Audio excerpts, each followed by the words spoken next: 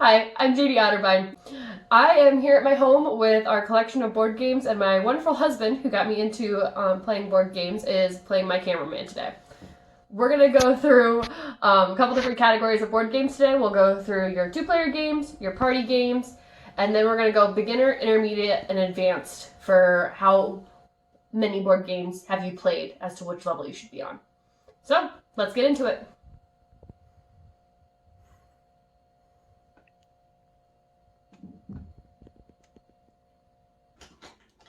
All right, our first category is two-player games. These games are really important to Micah and I because lots of times we end up playing games, just the two of us.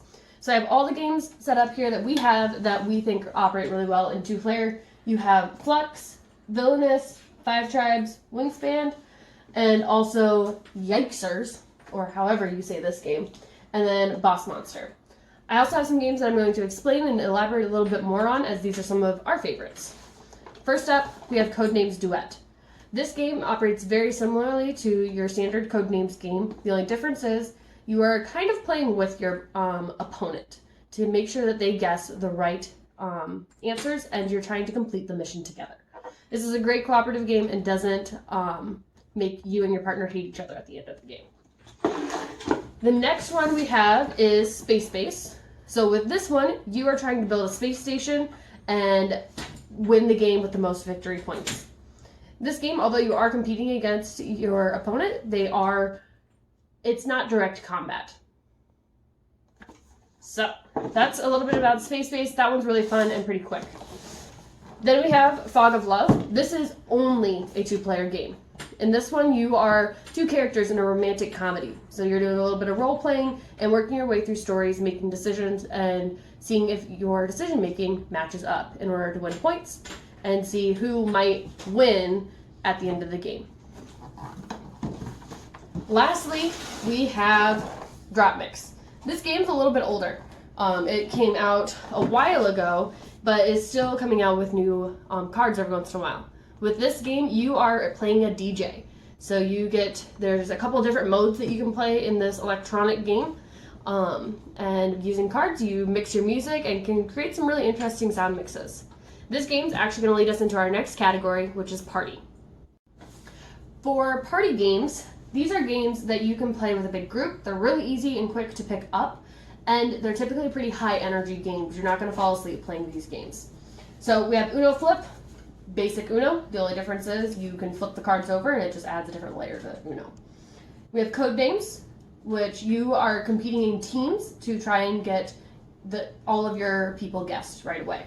We have Drop Mix, which I talked about earlier. In a party setting, this allows anybody in the room to kind of play DJ a little bit.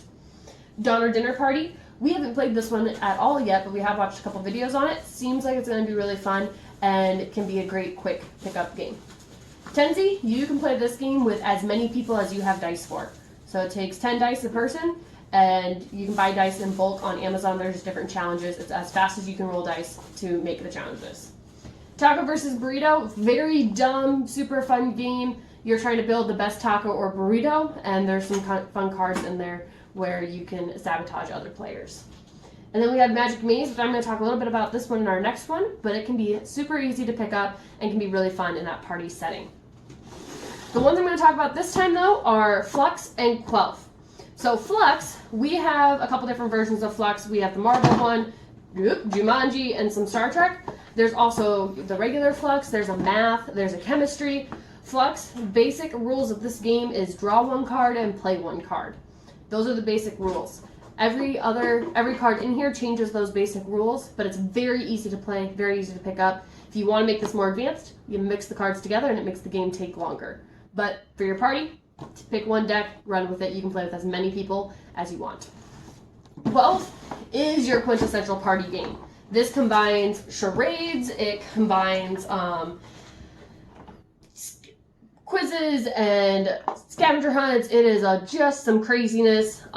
This game can be played with, it says 16 and up. That's purely because the questions in here are kind of difficult. But if you put people on teams, you and your kids could play this together. Be a really fun game. And this one is very high energy. It will get you up and moving around the house.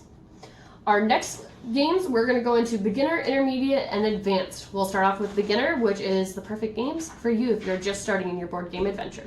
All right, now we're into our beginner games. You can see a lot of these are repeated from our party games. Beginner games are great if you have played Monopoly or some of those more common board games that you see. If you've played those, these are that great next step for you.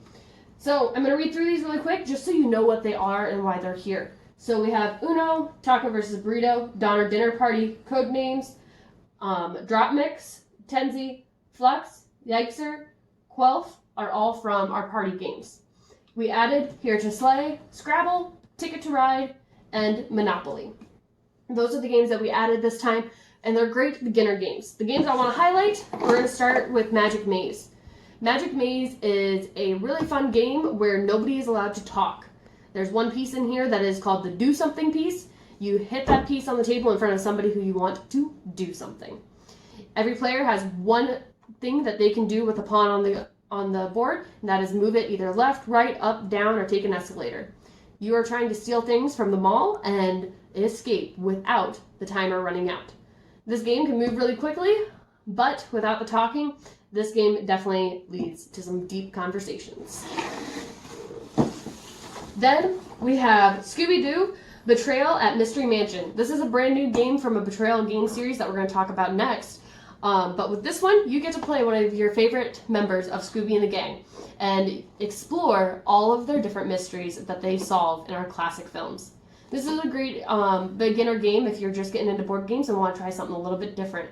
This is a great one, and it's very cooperative as you get to play one of the gang. Next, we'll talk about our intermediate games. So, now we're on to intermediate games. Our intermediate game category is for those of you that are looking for something a little bit harder than our beginner, or you're looking for a game that's just going to take longer. So, in our intermediate category, we have Villainous, Betrayal at Baldur's Gate, Dice Forge, Lords of Waterdeep and its expansion, Wingspan, Space Base, and Bang. I have some of these that I'm going to talk about. So, we're going to start with Colt Express. In Colt Express, you get to play a bandit, and you are competing against other players to try and get the most gold and shoot the most bullets actually into people. So, with this game, the cool part about it is you get to pick a character, and there are miniatures that get set up so you get to see the train that you are robbing. This game's an intermediate because there are hidden movements, and it is a lot of memory. Next, we have Villainous. I want to highlight Villainous because I see this a lot in stores. In Disney's Villainous, there are expansions, as you can see we have, but you get to pick one of the Disney villains and try to complete their mission. This one is in the intermediate category because you have to keep track of what the other villains are trying to do as well as your own goal and make sure that they don't win before you do. Villainous gets harder the more expansions you add to it. If you're just playing the base round, it's not that difficult. The more you add, the harder it gets and the more players and the longer it takes. The last one is one that we've played a lot and has actually gotten me into board games, and this is Betrayal at House on the Hill. You and your cohorts start the first half of the game off just exploring a haunted house. Simply innocent teenage fun, you are exploring a haunted house. At some point, somebody triggers the haunt and one of you becomes the traitor. And this becomes a 1v all. And you are going through the over 100 different challenges and mysteries of Betrayal at House on the Hill, trying to either survive or escape the haunted house. This game takes a couple of hours typically. You can have really short games that only take 45-ish minutes. We've had a game take up to 3 hours before though. This is a great fun game, pretty easy to pick up, but does take a long time as you read rules halfway through about the second half. Next, we are going to talk about our advanced games. So if these sounded all super simple and you're ready to get started, our advanced games are going to provide a challenge for you. Hello, I am Micah Otterbein, JD's husband. JD is having me kind of do the more advanced games. Not because she couldn't do it, just mostly because she has a personal bias against Spectre Ops, and so I couldn't let her vent that to you. So for our more advanced games, we have things like Sherlock, Fog of Love, Five Tribes, Risk of Europe specifically, Spectre Ops, Betrayal Legacy, and Boss Monster. Boss Monster, while is a small box and can seem like a pretty easy game, it gets complicated quite quickly. You're each taking the role of a boss, and you're creating a dungeon in front of yourself, and you're constantly building your own dungeon or sabotaging other people's dungeons, trying to make sure you kill all the heroes but don't get killed in the process. So a lot into the game, but it is a lot of fun. Next we have Betrayal Legacy. It is the same vein as the other Betrayal games we've mentioned, except in this case it is a legacy game. The further you get into board games, you'll find the legacy mechanic, which is basically just saying that each game affects the next game. Every game helps build an overarching storyline, and you take and add things into the game, and you open secret compartments in the box, and you do things that only happen once, and sometimes you destroy cards, and it completely changes the game over time. So it's definitely a thing you need more commitment to have a group that really wants to keep playing it with you so you can fully play the game. The last one is Spectre Ops, which is one my loving wife does not love. It is a kind of asymmetrical game, so it's one player versus everybody else, with a hidden movement aspect to it where you've got the one person trying to sneak in and steal things from a lab while the other team are the agents trying to stop them.